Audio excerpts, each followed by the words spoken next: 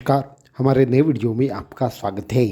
तो पिछले 12 दिन में हम तिब्बतीय कुछ महानुभावों के साथ थे, जिनमें 2 ज्ञानगंज के भी महात्मा थे जो हमारे साथ विशेष कार्य करने के लिए आए थे। तो ये जो कार्य था वो कौन सा है, पिछले 12 दिनों में से क्या हुआ कि हमें वहाँ पे जाना पड़ा, हम पर कौन सी ऐसी जिम्मेदारी थी जिसको पूर्ण हमने किया और वहाँ पे एक विशेष परकाया प्रवेश का एक विशेष साक्षात्करण हुआ, उसके बारे में भी हम आज आपको इस वीडियो के माध्यम से बताना चाहेंगे।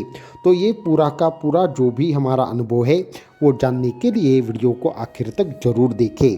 तो हमने 12 दिन पूर्व की बात करना चाहेंगे।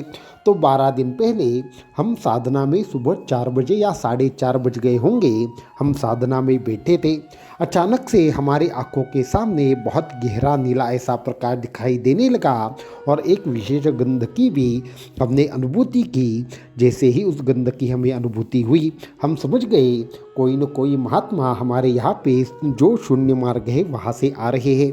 शून्य मार्ग का अर्थ ये है कि एक स्थान से दूसरे स्थान जब जाते हैं तो महात्मा जिस मार्ग का उपयोग करते हैं वहाँ पे हमारे देह को ही एक तरीके से अदृश्य करके दूसरे स्थान पर पल भर में पलक झपकते ही प्रकट करने की जो विधि है, उस दौरान जिस मार्ग से मार्गक्रमण होता है उसे ही शून्य मार्ग कहते हैं।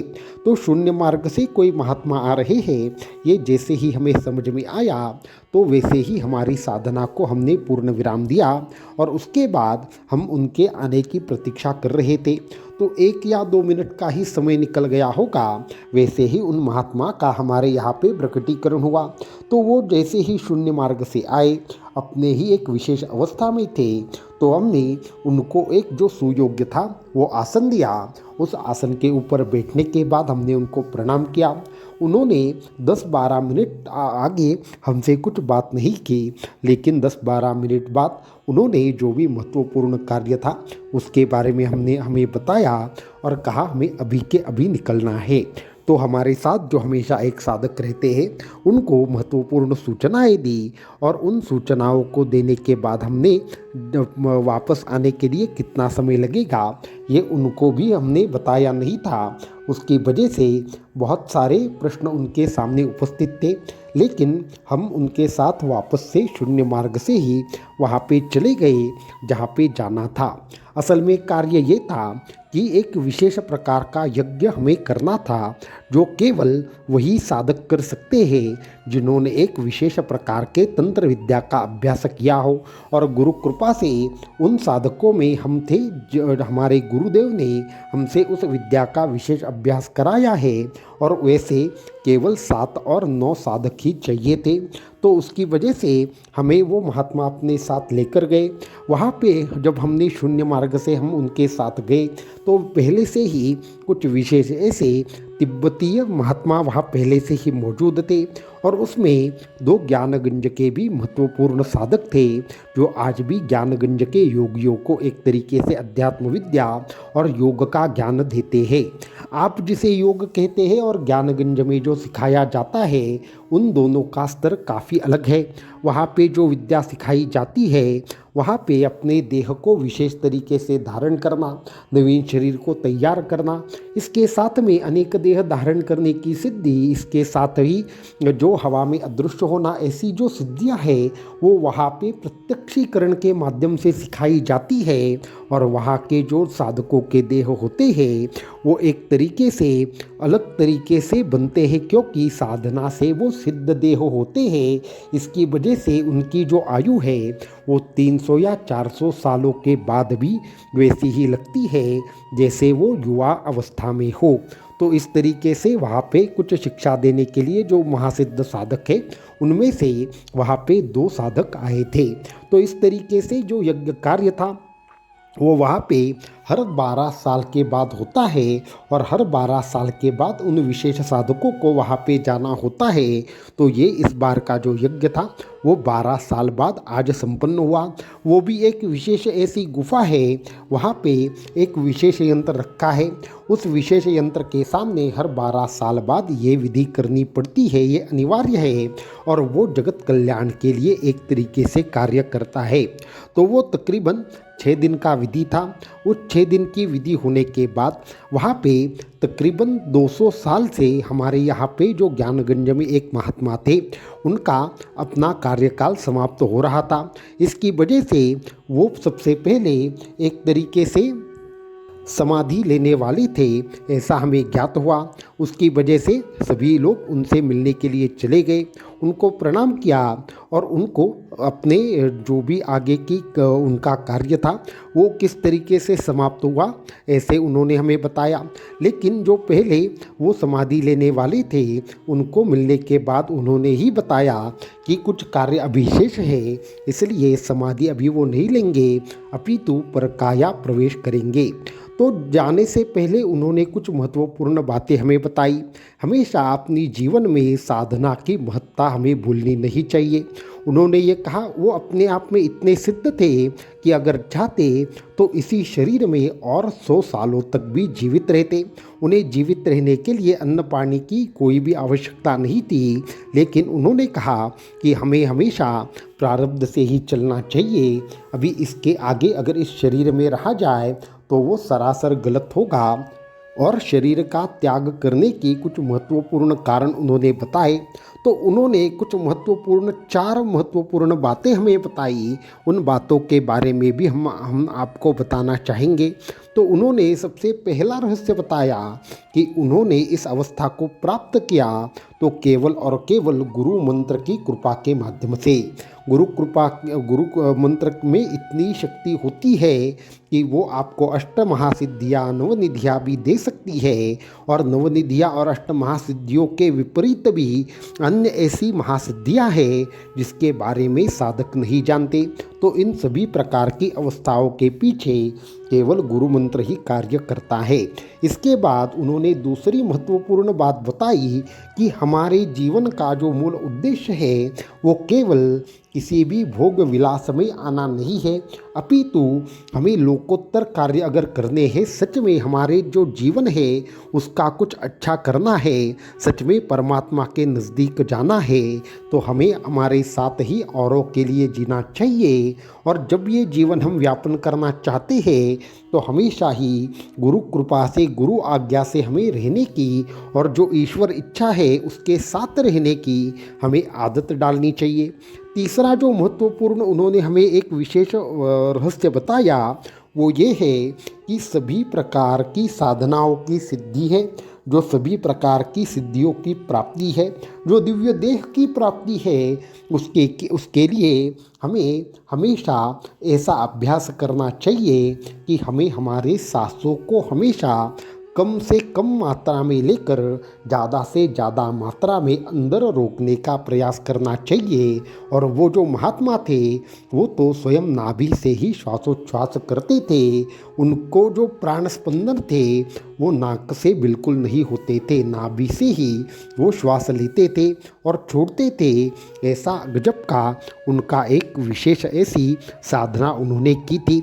उसके बाद उन्होंने चौथा रहस्य बताया, कभी भी साधना करते हुए कब तक साधना करनी पड़ती है, तो जो 7वीं ज्ञान भूमिका है वहाँ तक साधना करनी पड़ती है, जहाँ पे पहली अवस्था में उन्हें ईश्वर का साक्षात्कार हुआ, उसके बाद अहम ब्रह्मास्मि का साक्षात्कार हुआ, तीसरी अवस्था में इस विश्व का ज्ञान हुआ। इस विश्व के ज्ञान के बाद उन्होंने बताया कि यहाँ पे जैसा पृथ्वीलोक है वो दुनिया में केवल एकमात्र नहीं है, ऐसी हजारों लाखों पृथ्वियाँ इस ब्रह्मांड में बसती है। इसके साथ में अलग अलग ग्रहों पर अलग अलग प्रकार के जीव हैं।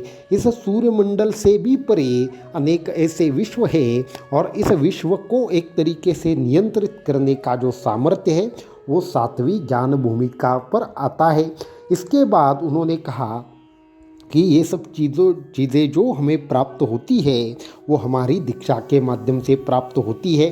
इसलिए साधकों को भी हम कहना चाहेंगे, साधना आपको जो भी चाहिए वो सभी प्रकार की चीज़ें देती है, हमें जैसी भी सिद्धियाँ चाहिए वैसी देती है, लेकिन उसके लिए साधना को संपूर्ण तरीके से करने की आवश्यकता है। और अंत में उन्होंने कहा कि आने वाले 3 दिन के बाद हम हमारे देह को पंचभूत में विलीन करेंगे और परकाया प्रवेश करके वापस से नवीन देह को धारण करेंगे। तो उन्होंने सबसे पहले भस्म आसन वहाँ पे रखा। उसके ऊपर उनका जो एक विशेषत 200 साल पुराना प्राचीन आसन था जो उनके गुरु ने उन्हें दिया था, वो वहाँ पे रखने के लिए कहा। उसके बाद उस आसन के ऊपर बैठ गए। उसके बाद उन्होंने कुछ विशेष मुद्रा की और उस विशेष मुद्रा करने के बाद उनका जो देह था वो अपने आप ही पंचभूतों में एक तरीके से विलीन होते हुए हमने अपनी आंखों से देखा। और उनका जो देह था उसमें से अग्नि, वायु, तेज, आकाश आदि 5 विशेष प्रकार के जो प्रकाश थे वो बाहर निकले और उसके बाद उनका देह अदृश्य हुआ। उसके बाद उन्होंने 2 दिन तक हमें वहाँ पे इंतज़ार करने के लिए कहा था। उसके बाद 2 दिनों बाद उन्होंने वापस से एक नवीन देह धारण किया और जैसे ही नवीन देह धारण करने के बाद वो वापस आए, वहाँ पे स्वयं साक्षात जो एक विशेष तरीके से ज्ञानगंज के प्रमुख थे, उन प्रमुख मठाधीशों में एक महानुभाव थे, तो वो स्वयं प्रकट हुए और उन्होंने वापस से उनको विशेष नाम दिया। और उसके बाद वापस से आगे 40 वर्षों तक उन्हें एक विशेष कार्य सौंपा और वो अभी आखिरी जो अत्यंत उच्चतम योगी रहते हैं उनकी सहायता करने का कार्य आने वाले 40 सालों तक करेंगे और उसके बाद उनको संपूर्णतः इस कार्य की समाप्ति होगी और वो अंततः जो जिसे समाधि कहते हैं, जिसके बाद सातवीं ज्ञान भूमिका से लोग वापस नहीं आते, उस अवस्था में जाएंगे और आने वाली 40 वर्षों तक वो विशेष ज्ञानगंज के कुछ महत्वपूर्ण साधकों को सिखाएंगे। इस तरीके का कार्य उनके ऊपर सौंपा गया है। तो ये सब चीज़ें देखकर वापस से हमें एक बात समझ में आई कि जब भी हम साधना करते हैं, एक एक ज्ञान भूमिका को पीछे छोड़ते हुए आगे जाते हैं, हर बार हमें हमारे गुरुदेव अलग सा मार्ग दिखाते हैं और हमें अंततः अहम ब्रह्मास्मि से भी आगे जाकर विशेष ऐसी अवस्था तक साधकों को जो गुरुदेव है वो ले जाते हैं। ऐसा सामर्थ्य होता है गुरुदेव में। उसके बाद उनका जैसे ही परकाया प्रवेश का कार्य पूर्ण हुआ, उसके बाद 3 दिनों तक आगे का एक विधि था, उसमें से एक दिन का विधि हमने स्वयं अपनी आँखों से देखा और आगे वह जो महासिद्ध साधक थे उन्होंने कहा कि यही तक आपकी आवश्यकता थी।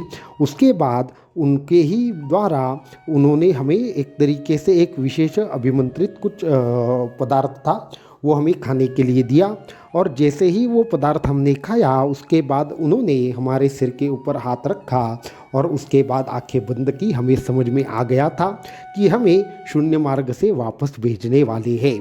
तो उसके बाद उन्होंने वापस से एक बार हमारे सिर के ऊपर हाथ रखा। कुछ क्षण के लिए हम उनके साथ थे ऐसा हमें लगा। उसके बाद जहाँ पे भी हम साधना करते थे आज सुबह वापस से वहीं पर आ गए और उसके बाद वो जो महात्मा थे वो अपनी जगह पर वापस से चले गए। तो वापस से 12 सालों बाद उनकी और हमारी वापस से मुलाकात होगी। ऐसे जब भी महात्मा हमें मिलते हैं, हमारे जो गुरुदेव हैं उनकी परम कृपा, हमारी परंपरा की सर्वश्रेष्ठता, ऐसे अनेक भाव हमारे मन में आते हैं और हम सभी साधकों को कहना चाहेंगे कि सभी साधकों के ऊपर ईश्वरीय ऐसी अद्भुत कृपा है जिसकी वजह से ऐसे महान जो संप्रदाय है उसके साथ आप जुड़े हैं। भगवान दत्तात्रेय की कृपा करुणा साधकों को ऐसे प्राप्त होती है कि इस संप्रदाय में आने वाले साधक उच्चतम अवस्था को प्राप्त करते हैं।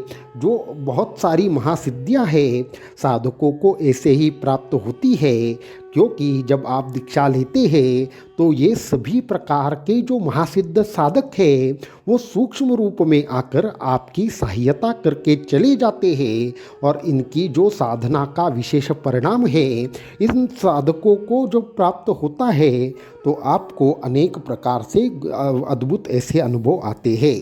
तो इसलिए सभी साधक ज़्यादा से ज़्यादा तौर पर साधना करें और ख़ास करके सुबह 4 बजे की हुई साधना से ये जो तिब्बतीय संप्रदाय में जो तिब्बतीय साधु है या फिर तिब्बतीय संप्रदायों के कुछ महानुभाव है वो आप पर हमेशा कृपा करते हैं। और ऐसे में सुबह 4 से 5 बजे का जो समय रहता है वहाँ पर ऐसे बहुत सारे साधकों को अनुभव आता है, कोई न कोई ये दिव्य महात्मा आपकी साधना देखकर आप पर कृपा करके चले जाते हैं। तो इस तरीके से पिछले 12 दिन का ये अनुभव था। ये अनुभव जो है वो हमने आपको इसलिए बताया क्योंकि इस अनुभव से आपको भी काफ़ी कुछ सीखने के लिए मिलेगा और साधना का जो महत्व है वो वापस से आपको सुनिश्चित तरीके से मालूम होगा। और इसके लिए आप निरंतर साधना में रहे। वहाँ पे कुछ और महत्वपूर्ण मंत्र सिद्धि के बारे में भी एक विशेष साधक के साथ हमारी चर्चा हुई। उस मंत्र सिद्धि की चर्चा के बारे में आने वाले कुछ वीडियो के माध्यम से आपको बताना चाहेंगे। अवधूत चिंतन श्री गुरुदेव दत्त।